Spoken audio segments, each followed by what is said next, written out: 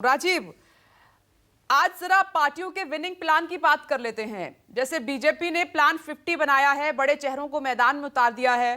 कांग्रेस की बात करें तो 40 स्टार प्रचारकों की लिस्ट बनाई है।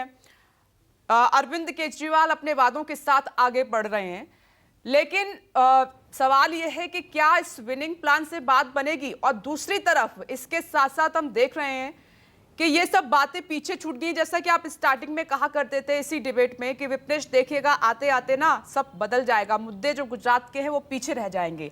आज बयानों में वही नजर आ रहा है, जाति धर्म एक दूसरे पर हमला। राजीव,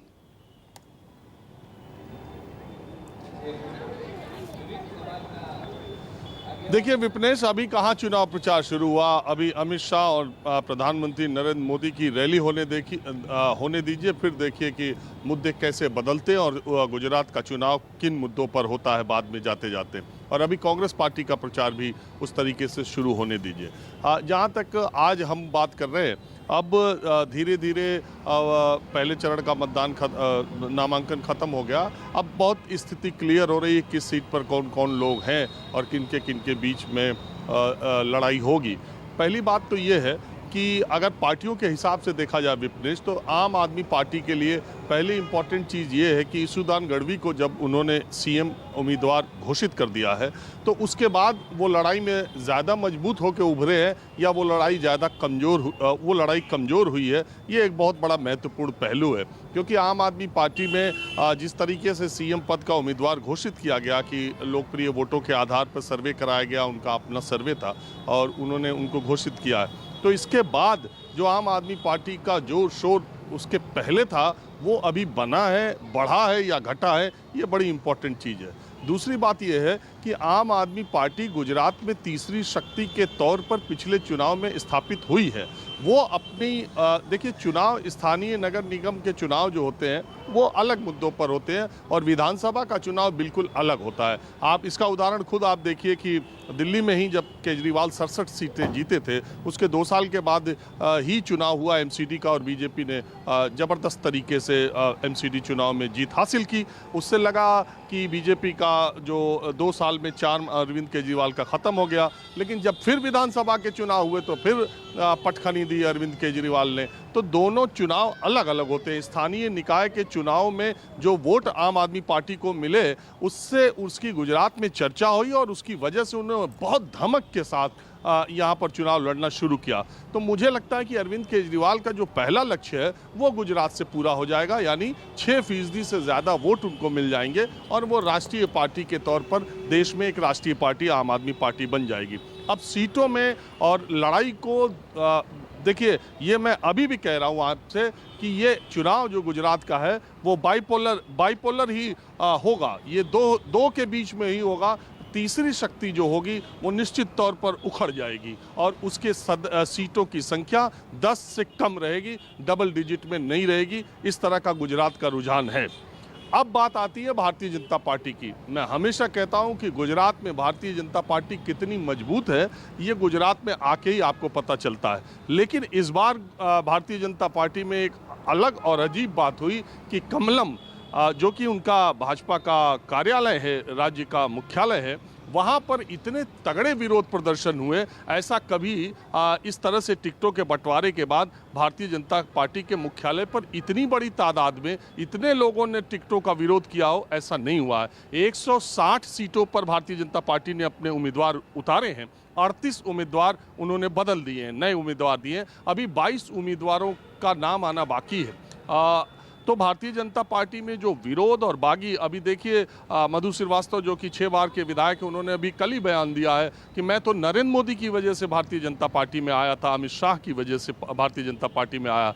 अमित शाह संडे से यहीं पर बने हुए हैं और उन्होंने, जो जानकारी सूत्रों के मुताबिक आ रही है, उन्होंने गुजरात भाजपा के नेताओं से ये कहा है कि जो भी बागी लोग हैं, जो भी नाराज़ लोग हैं, उनके साथ वैसा बर्ताव नहीं किया जाएगा जैसा दूसरे राज्यों में हुआ। हिमाचल में देखिए आप, जितने बागी थे एक झटके में भारतीय जनता पार्टी ने अनुशासनात्मक कार्रवाई करके उनको पार्टी से निष्कासित कर दिया। लेकिन गुजरात में अभी आपको ऐसा सुनने में नहीं मिल रहा है और आगे भी मुझे उम्मीद है कि नहीं सुनने में मिलेगा, क्योंकि उनको समझाने बुझाने, उनको प्यार से मनाने की रणनीति पर अमित शाह बात कर रहे हैं, क्योंकि ये गुजरात है।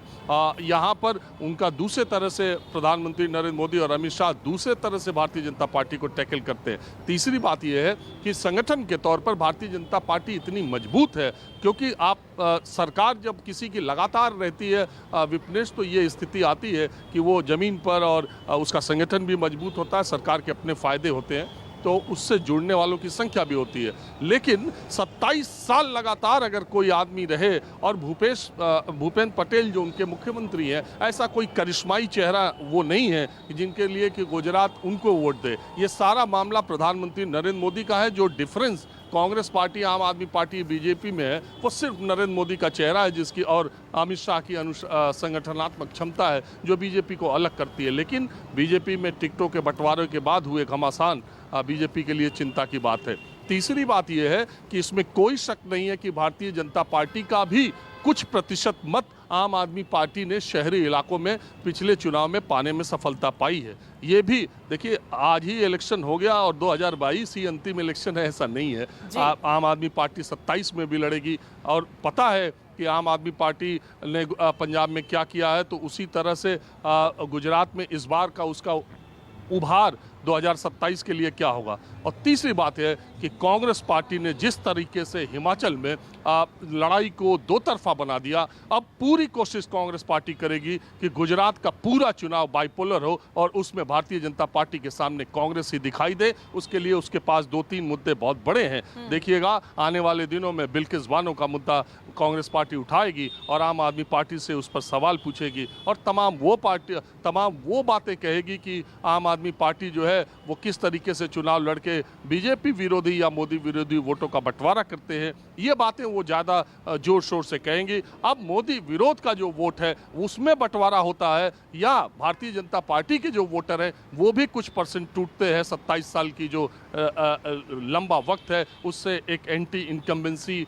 या नए बदलाव की तरफ जाते हैं। इन्हीं सब के बीच में अगले 20 दिन घमासान होता रहेगा। विपनेश, बिल्कुल राजीव, आपने सही कहा। देखते हैं प्रधानमंत्री नरेंद्र मोदी इन सबको कैसे संभाल पाते हैं। दूसरा, आपने कहा सीएम के लिए इतना करिश्माई चेहरा नहीं है कि बीजेपी को जीत की तरफ ले जाए, इसलिए 19 नवंबर से 3 दिन तक प्रधानमंत्री गुजरात में रहने वाले हैं और 8 रैलियों को संबोधित करेंगे। मैं राजीव दोबारा आपके पास आती हूँ, अहमदाबाद का रुख कर लेते हैं। नमस्कार, मैं हूं मानक गुप्ता। अगर आपको हमारा ये वीडियो पसंद आया हो तो इसे लाइक और शेयर जरूर करें और हाँ, हमें सब्सक्राइब और फॉलो करना ना भूलें ताकि आप देश और दुनिया की कोई खबर मिस ना करें। तो जुड़े रहिए हमारे साथ और देखते रहिए न्यूज़ 24।